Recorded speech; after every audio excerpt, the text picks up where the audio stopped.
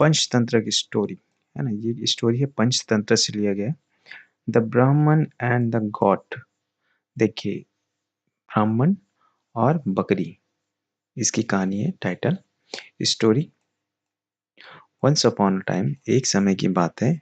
अब ब्राह्मण, पहली बार यदि हम किसी चीज को इंट्रोड्यूस करते हैं तो ए का यूज करते हैं, जब दोबारा करेंगे तब दा का यूज करेंगे। ठीक है, ये आर्टिकल है।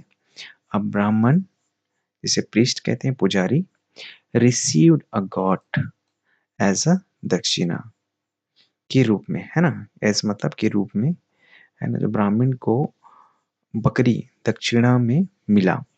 ठीक है, दक्षिणा क्या होता है? A gift offered after ritual of prayer, है ना। मतलब धार्मिक संस्कार करने के बाद जो प्राप्त होता है उसे क्या कहते हैं हम? दक्षिणा कहते हैं। ही placed the God on his shoulder. यहाँ पे ऑन क्या है? प्रोपोजिशन है, राइट है। और हिज क्या है? पोजिशन प्रोनाउन है। ठीक है, his placed the God, placed मतलब रखना, गॉड को अपने शोल्डर में रखा। और क्या है ये? कंजक्शन। बिगन, बीइंग का बिगन हुआ है, शुरू किया। ठीक है, शुरू कर चुका, है ना।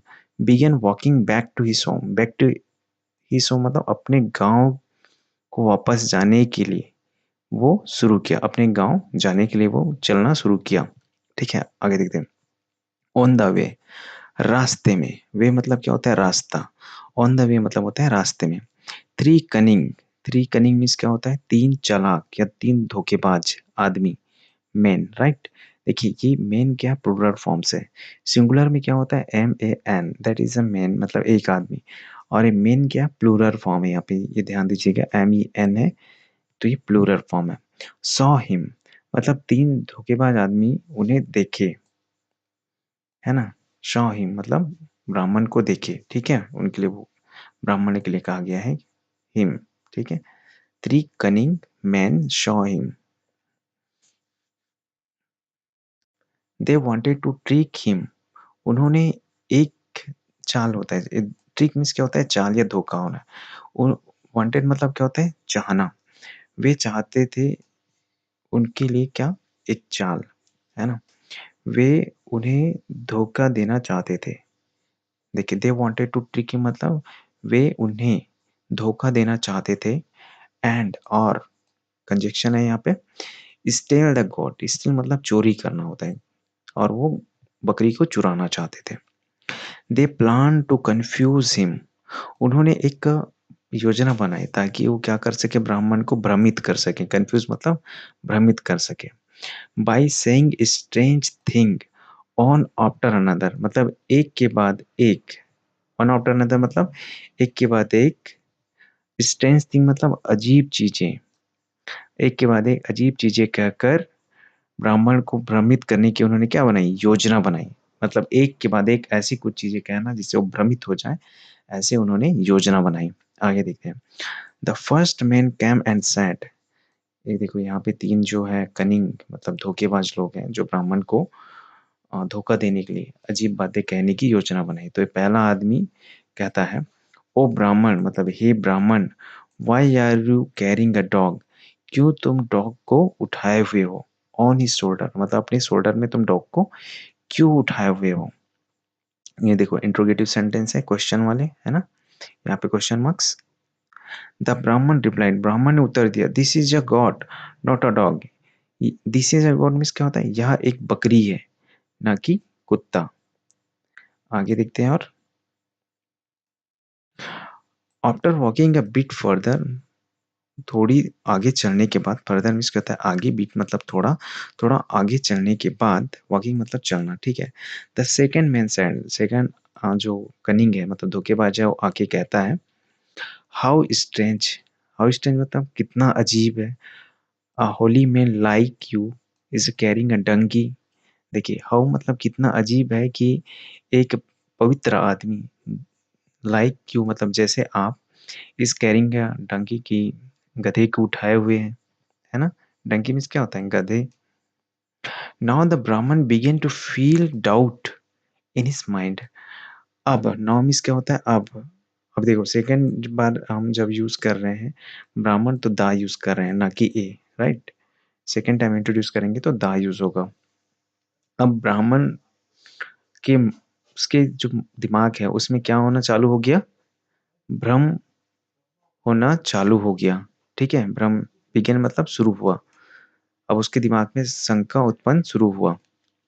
Then the third man said, फिर तीसरा जो आदमी है, देन मतलब फिर, है ना, then the third man said मतलब तीसरा आदमी ने कहा, what kind of person are you, आप किस प्रकार के व्यक्ति हैं, है ना। देखो यहाँ पे व्हाट मतलब होता है क्या, काइंड मतलब प्रकार, पर्सन मतलब व्यक्ति, आप किस प्रकार के व्यक्ति हो। कैरिंग ए डेड एनिमल मतलब मरे हुए जानवर को उठाए हुए हो, कैरिंग मतलब उठाना, उठाए हुए रखना, है ना। कैरिंग अ डेड एनिमल की मरे हुए जानवर को उठाए हुए हो। दैट्स अ डिस्कस्टिंग, कितना घिनौना है ना। दैट डिस्कस्टिंग मतलब क्या होता है, घिनौना, कितना घिनौना है कि तुम आप मरे हुए जानवर को उठाए हुए हो। द ब्राह्मण गोट स्केर्ड, स्केर्ड मतलब क्यों, डरना, है ना, गेट का गॉट हुआ है। अब ब्राह्मण क्या हुआ, डरा। ही थॉट, थिंक का थॉट हुआ है, सेकंड फॉर्म है, वह सोचा। M I under some evolution, M देखो एम पहले जब आएगा तो इसका स्टार्टिंग क्या होगा, क्या। ठीक है, क्वेश्चन स्टार्टिंग होगा, क्या I am I under some illusion, क्या मैं किसी छलावे में हूँ, है ना, क्या मैं कुछ छलावे में हूँ, है ना। सम मतलब होता है कुछ, इल्यूशन मतलब छलावा या धोखा। मे बी मतलब क्या होता है, शायद। दिस इज सम घोस्टी ट्रिक, शायद यह कोई भूतिया छलावा हो। राइट, घोस्टी ट्रिक मतलब क्या, भूतिया माया हो। तभी तीनों लोग मुझे अलग अलग बोल रहे हैं, ऐसा सोच के जो ब्राह्मण है वो डर जाता है। आउट ऑफ फेयर, डर के कारण, आउट ऑफ फेयर मीन्स क्या होगा, डर के कारण।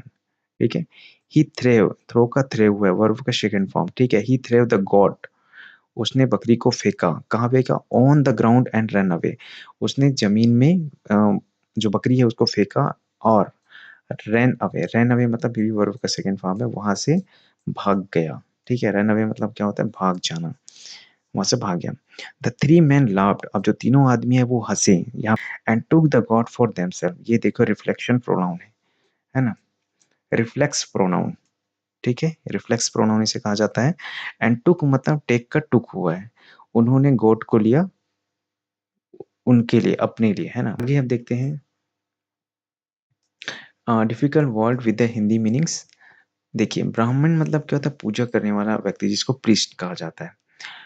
गोट मतलब क्या होता है, बकरी, एक पालतू जानवर है ना। दक्षिणा को क्या बोलते हैं, पूजा की बाद दी गई भेंट। ठीक है, कनिंग मीन्स क्या होता है, धूर्त, धोखेबाज या चालाक व्यक्ति के लिए कहा जाता है। डाउट मीन्स क्या होता है, संदेह या शक। इल्यूशन मतलब होता है छलावा, माया या भ्रम। अब मोरल ऑफ द स्टोरी क्या है ये हम जानते हैं दोस्तों, दो और है डिफिकल्ट वर्ड। घोस्टी ट्रिक मीन्स क्या होता है, भूतिया माया या भूत का माया। फेयर मीन्स क्या होता है, डर या भय। मोरल ऑफ द स्टोरी मतलब कहानी से हमें क्या शिक्षा मिलती है, if you hear a lie repeatedly you may start believing it to be a true. देखिए यहाँ पे देखिए, इफ मतलब होता है यदि, है ना, हेयर मतलब क्या होता है सुनना, लाई मतलब क्या होता है झूठ, रिपीटेडली मतलब क्या होता है बार बार, है ना, और बिलीविंग मतलब क्या होता है विश्वास करना, ट्रू मतलब सत्य। ये तो आपको डिफिकल्ट वर्ड हो गया। अब क्या होगा इसका, बार बार झूठ सुनने से आदमी सच्चाई पर भी शक करने लगता है। देखिए बार बार यदि आप कोई झूठ आप सुनोगे तो सच जो रहेगा उस पर भी शक होने लगता है। Always trust your own judgement, judgement मतलब क्या होता है निर्णय, ओन मतलब क्या होता है स्वयं का, ट्रस्ट मतलब क्या होता है भरोसा, ऑलवेज मतलब क्या होता है हमेशा। तो हमेशा खुद के निर्णय पर भरोसा करनी चाहिए। ठीक है, हमेशा अपनी निर्णय पे क्या करनी चाहिए, भरोसा करनी चाहिए। आई होप दोस्तों आपको कहानी अच्छी लगी होगी और समझ में भी आया होगा और कुछ नए शब्द सीखने को मिला होगा। Please like share and subscribe. Thanks for watching my YouTube channel.